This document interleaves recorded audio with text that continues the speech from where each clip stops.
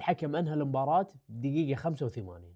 أغرب مباراة ممكن تشوفها بالدوري الكويتي. المباراة جمعت بين العربي والسالمية ضمن مباريات دوري الشهيد فهد الأحمد موسم 2005. العربي بنجومه مثل خالد عبد القدوس، محمد الشراق، ومالك القلاف، فراس الخطيب وغيرهم من النجوم. في الدقائق الأولى يتحصل النادي العربي على ضربة جزاء واللي تسبب فيها فراس الخطيب ويسجل الهدف الأول لصالح النادي العربي. محمد البريشي بعد ما عدى فراس طبعا واضح القرار، شوف واضح. مالك القلاف يلعبها جول للعربي، مالك القلاف والهدف الأول. وفي الدقيقة 30 يسجل السالمية عن طريق حسين الخضري. فعلى كرة محمد رجعها، تصلح وخطر الكرة تلعب جول الخضري. وفي الدقيقة 36 تبدي بداية الشرارة، تدخل على خالد عبد القدوس ويتحصل لاعب ماجد مصطفى على الكرت الثاني وينطرد.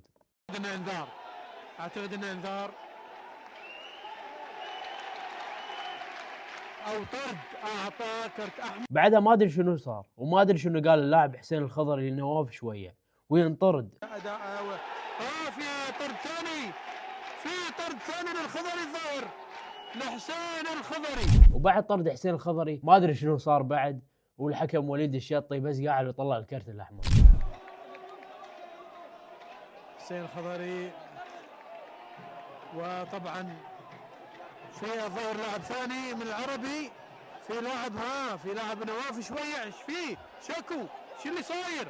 وانتهى الشوط الاول بنتيجه 1-1. وفي الدقيقه 53 يتحصل النادي العربي على ركله جزاء عن طريق خالد عبد القدوس ويسجل الثاني مالك القلاف. للعربي ضربه جزاء، مالك يلعبها، مالك جول مالك، والجول الثاني هدفين من مالك ضربه جزاء. وفي الدقيقه 56 يسجل فراس الخطيب الهدف الثالث.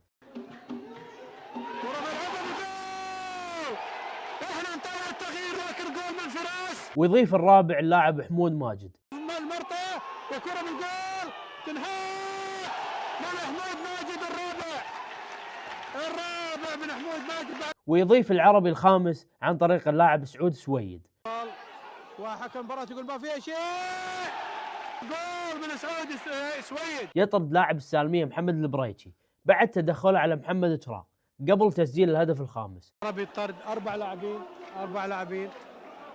لاعبين وهذه عادة للكرة. وفجأة لاعب السالمية يتعور، وفي الدقيقة 85 ينهي حكم المباراة وليد الشطي نهاية المباراة بسبب نقص عدد لاعبين نادي السالمية. لازم يكون 6 والسابع الحارس، إنما 5 وسابع الحارس أو سادس الحارس ما يجوز. الآن 6 لاعبين، فبالتالي